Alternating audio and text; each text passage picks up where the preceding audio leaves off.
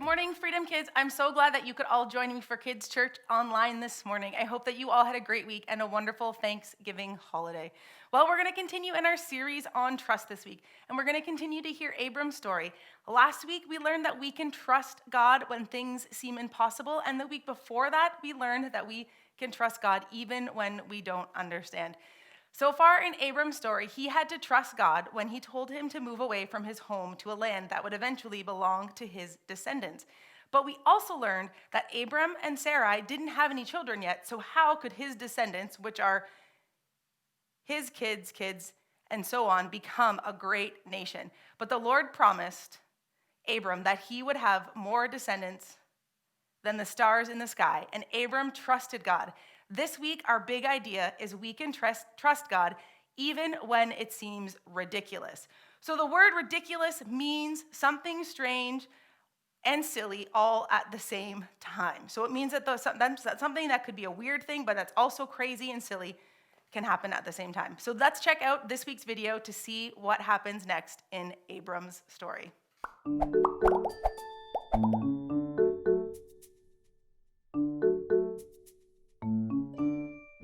Hey, I'm Corey. And I'm Laura, and today we're talking about fun stuff, funny stuff, and things that will blow your mind. All right, Laura, you need to tell me the most ridiculous story you've ever heard. Well, one time a good friend of mine actually was on a TV show, a really funny TV show, where you had to get across these 4 big slippery red balls across a big pond of water, and other people had trained for this for months, and he somehow got across, even though it was not pretty. Hey, you know what? I made it across, and that's all that matters. I guess. I think it's pretty cool. And that brings us to the big idea for today. We can trust God even when it seems a little bit ridiculous. Watch this.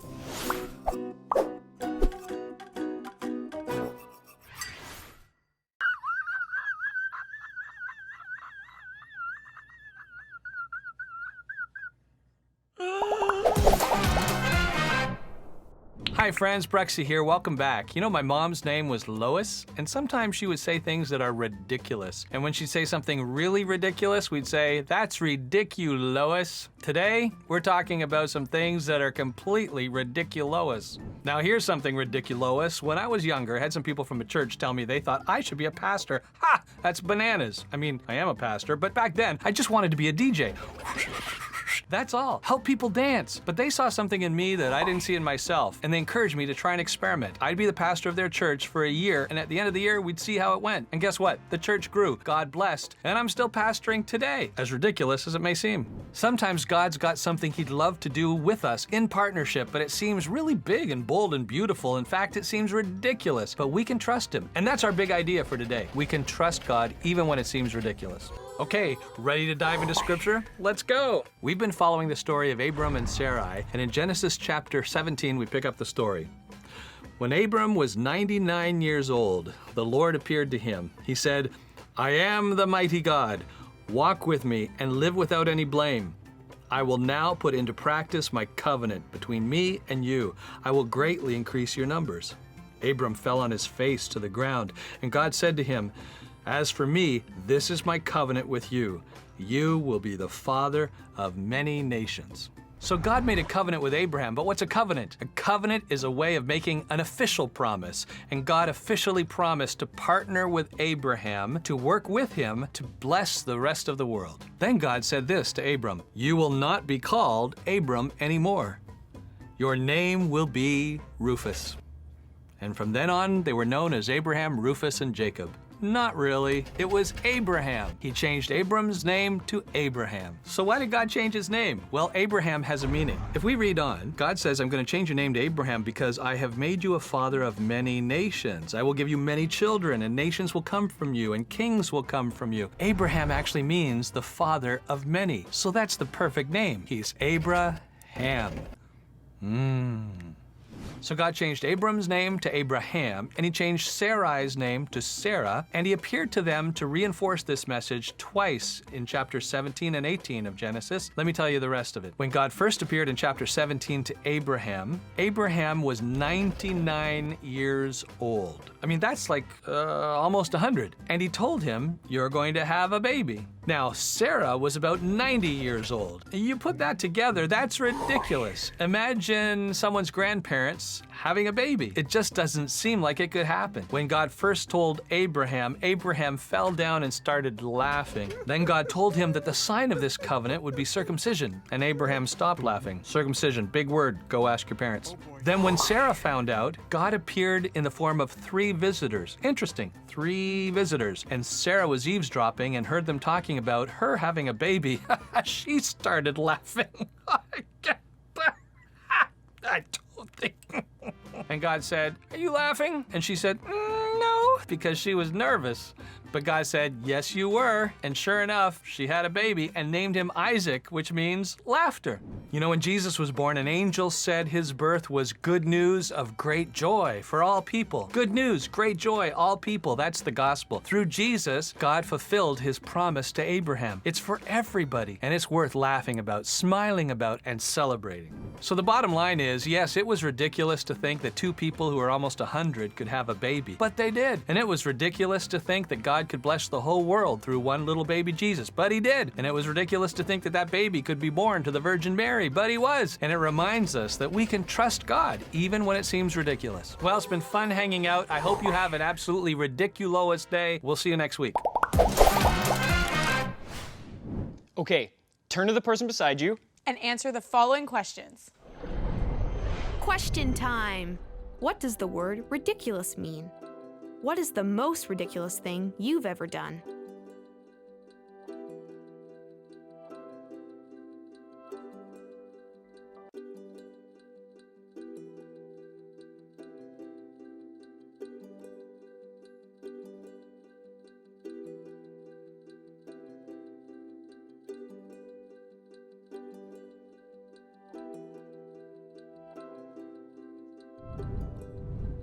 What was ridiculous in the God story?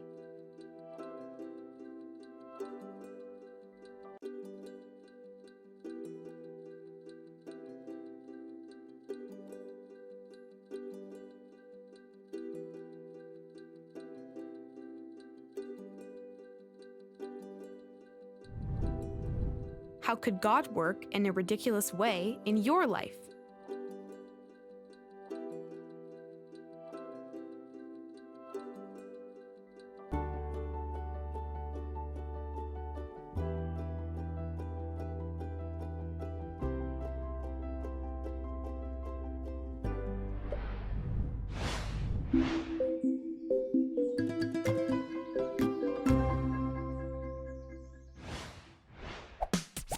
Game time! Liftoff! How many times can you say the key verse before the rocket lands on the moon? Say it with me. I will make you into a great nation, and I will bless you.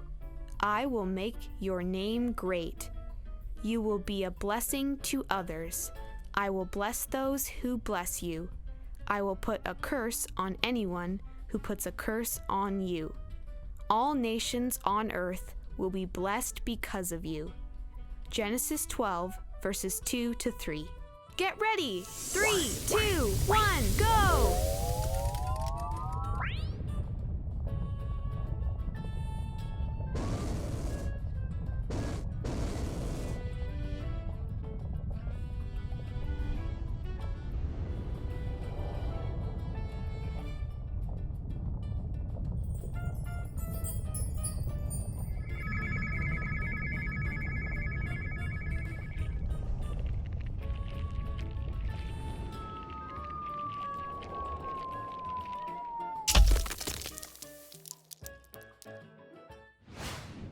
I can totally see Bruxy as a DJ. I've seen him dance a few times, so I'm sure he's great with music. Yeah, and I know he DJs New Year's Eve parties, and I've been to one and they're so much fun. I believe it. Speaking of fun, Linda went out to talk to a few people to get their most ridiculous stories about trusting God. Watch this. I'm back again in this series on trust, where Corey and I have been connecting with different people to hear how they trust God in their lives. Today, I'm going to hang out with a few different people who each have experiences that in one way or another may seem ridiculous, but when you trust God with all of your life, things can get interesting.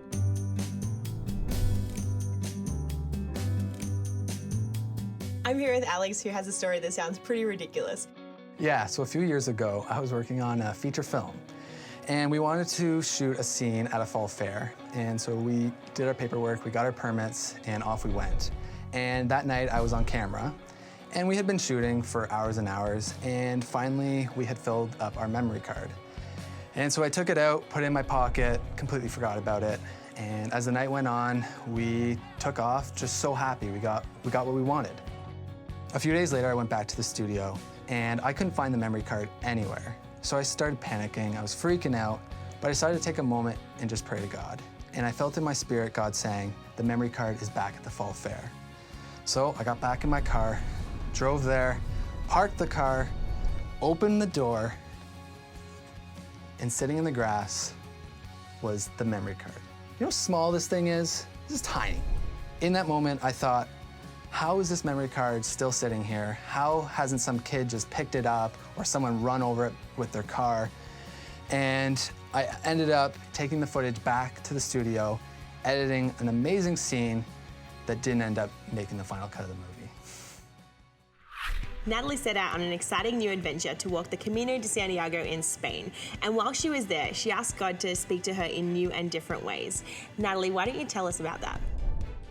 The Camino de Santiago is this massive 800-kilometer hike, and I chose to do the last 120 kilometers of it. And while I was on that journey, I had this really cool experience with God. I asked him to speak to me in new and fresh ways, and he definitely did. So this one day, I had been praying about a relationship that I was having some difficulty with, and I wasn't really sure what to do. And so I had spent time as I walked praying about it, and when I had finished walking that day, I'd walked about 18 kilometers and spent a lot of that time talking to God. And I took a shower and pulled out all of my fresh, dry, comfy clothes. And one of the things that I had bought on that journey was a pair of underwear. And so I pulled out this pair of underwear, and on the inside band of the underwear, it actually said, "Be the light." And I know it sounds ridiculous, but it actually felt like that was God's answer to prayer. He was telling me that in that relationship, I need to be the light. So I ran into the bathroom, and don't worry, I was fully clothed, yelled to my friend. I was like, Nina, I think God just spoke to me through my underwear. And she laughed and thought it was completely ridiculous. I knew in that moment that that was God's answer to my prayer about my relationship. He wanted me to be the light. And I think that God does choose to speak to us in kind of ridiculous or sometimes even bizarre ways. And because I know him and I trust him, I know that that was him speaking to me. I loved these stories. With each one, I think, really? But then I realized that God is not restricted in the way that he communicates with us. Yeah, he wants to communicate with us in ways that can blow our minds. We simply need to ask him, be ready to receive it, and trust him when he does. I totally agree, Corey. Let's break into our small groups now and see what this looks like in our lives.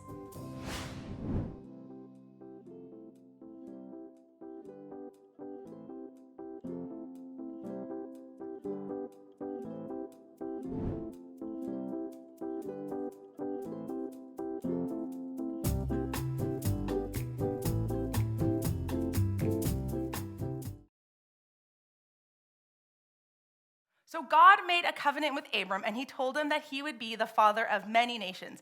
A covenant is a way of making an official promise. God made the promise to partner and walk with Abram in order to bless the whole world. God also changed Abram's name to Abraham because he was going to make him the father of many nations.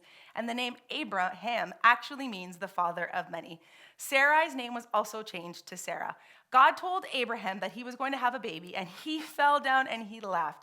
Remember, Abraham was 99 years old and Sarah was 90. So they were older than most of your grandparents and even some of your great-grandparents. They didn't think that they would ever be able to have a baby in their old age. It seemed a bit ridiculous to them. Sarah also laughed when she heard that she was going to have a baby, but it did happen. She had a baby boy when she was 91 and when Abraham was 100, and they named their baby Isaac, which means laughter. So the bottom line is this. Yes, it was a little ridiculous to think that two people that are close to 100 years old could have a baby, but they did. It was also ridiculous that God could bless the whole world through one little baby Jesus, but he did. And it was ridiculous that baby Jesus was born to the Virgin Mary, but he was. These are all good reminders that we can trust God even when what God is promising us seems a little bit ridiculous. Well, thanks for joining me this morning, you guys. We'll see you all next week. Have a good week at school.